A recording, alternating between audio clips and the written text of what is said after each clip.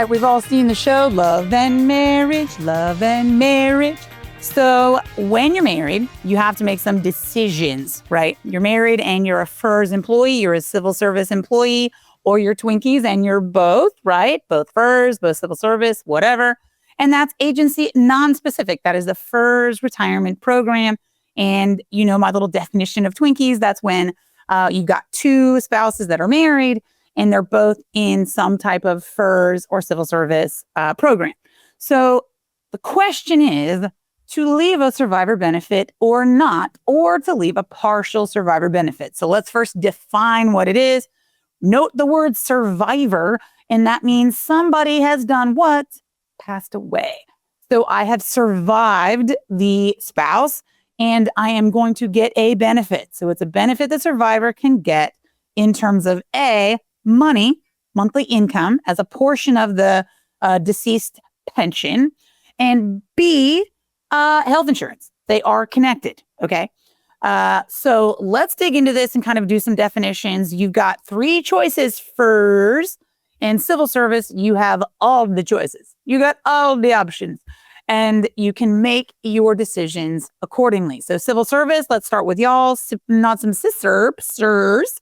You are able to make a choice on whether or not you're going to leave a survivor benefit at all. And if you do, you can leave anywhere from nothing up to 55% of what your pension is.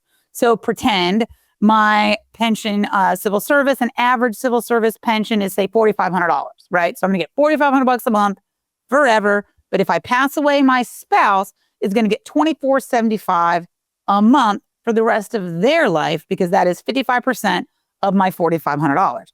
So that is the highest option.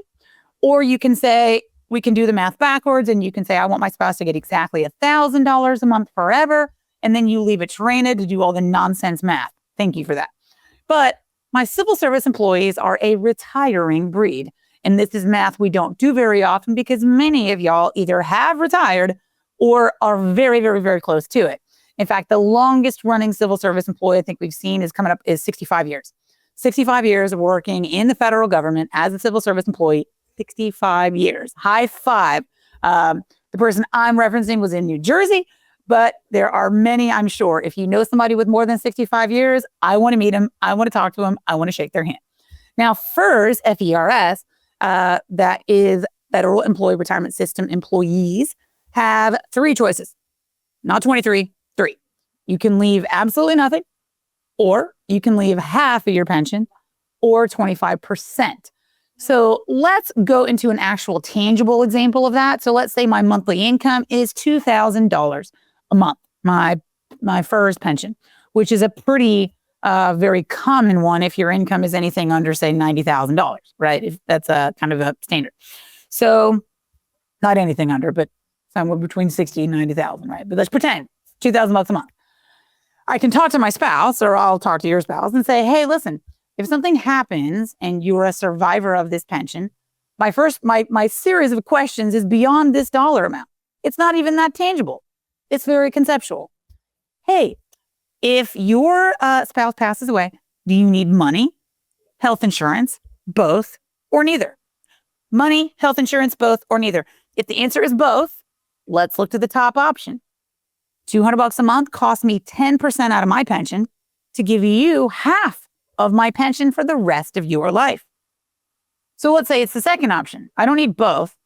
I just need the health insurance. Money, health insurance. I just need the health insurance.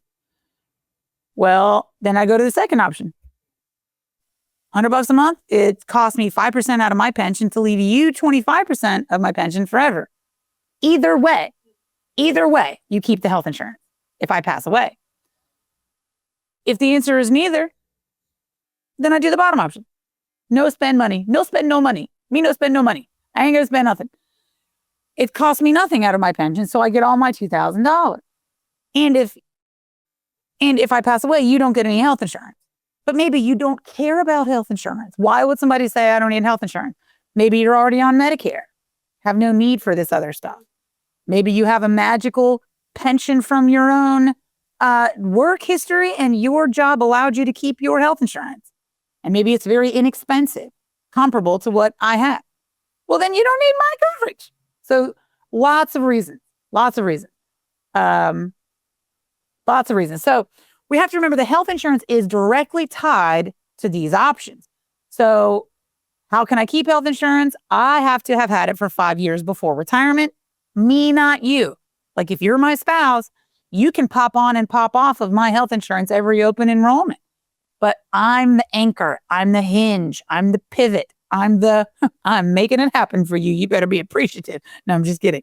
But 5 years in succession in order to keep that health insurance when we retire. And how can I make sure that you get to keep the money? Only if I left a survivor benefit.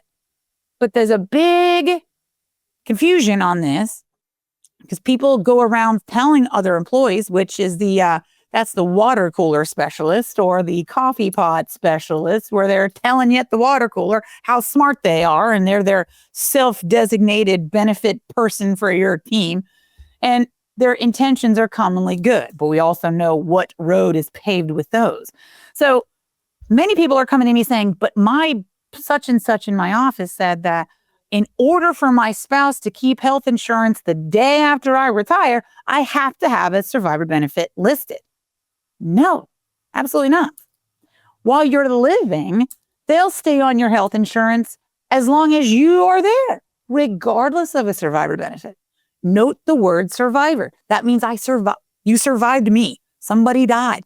And you have to keep, and you want to keep the health insurance. Only then does it matter whether or not a survivor benefit was left to you as a spouse to ensure your ability to keep the health insurance into perpetuity, into your lifetime, for your whole life. So going back to these numbers, remember, there's a teeter-totter in our world of put survivor benefit on one side, life insurance on the other. Because remember, you got a Fegley too. And I got a umpteen zillion videos on that. I can do umpteen zillion more if you like. But we want to remember the two sides. This $1,000 a month that my spouse is going to get if I die, if I leave them the full survivor benefit, do I pay tax or do they pay tax on that? Absolutely. How do they get it? Monthly. So if they live 21 months or 2,100 months, that determines how much money they're going to get from this benefit. So first of all, taxable. Second of all, monthly. Third of all, what if the spouse dies after I do? Who gets the money then? Nobody. This is not a third level beneficiary program. This is a to the spouse, and that's all she wrote. The only non-spouse beneficiary that can receive this survivor benefit after the spouse passes away continuously is a disabled child. Like if you had a disabled child, everybody knows about it. It's there. There's a defaulted sort of survivor benefit so the disabled child can maintain that health insurance. But that's it. Now, obviously, there's former spouse, survivor benefits, and insurable interest, survivor benefits. Those are going to be a little bit of outliers, and commonly we're going to use those only in specific situations. But your most common one is a spouse. So remember the money. Now compare it to life insurance. Life insurance, how does it pay? Monthly? No. You get it all in one moment. It takes a couple of months, but you get it all in a lump sum. How is life insurance taxed? It's not. Remember, life insurance has long since been the tax shelter of the wealthy, and there's no tax on it. Uncle Sam can't touch it unless your estate is over X amount of millions of dollars. And you got a whole nother issue we got to talk about. But life insurance, no tax. And then also, who gets the money if you die or if you both pass away from life insurance? Adult kids, whoever, brother, sister, niece, nephew, mom, dad, anybody that's listed as a beneficiary can receive that money. If you both passed away, you can leave all kinds of beneficiaries. So it's definitely going to go to somebody.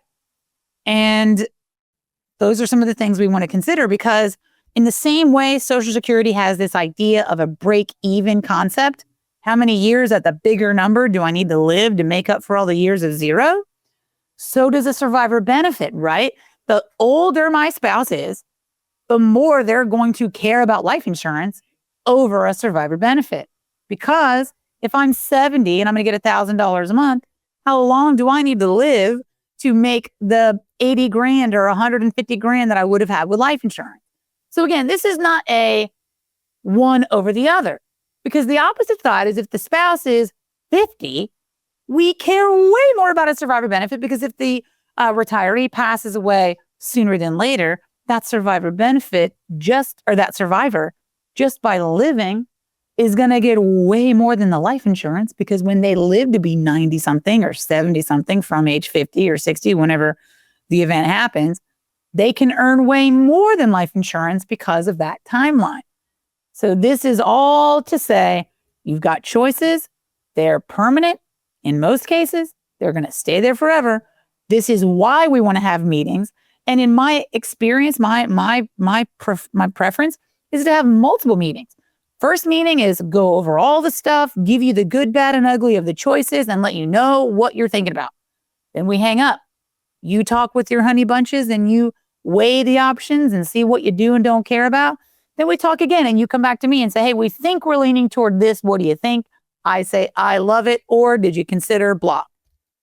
So if you haven't gotten scheduled with me or the team, now's the time for sure, 100%, to go over some of these options, see what makes sense for you. Because as you're seeing, it gets a little complex, but there's only 3 options on either side. And we just want to pick the right one that makes sense for you. Happy decisions, happy working, happy retirement when we talk, and we'll make it right for you the first time.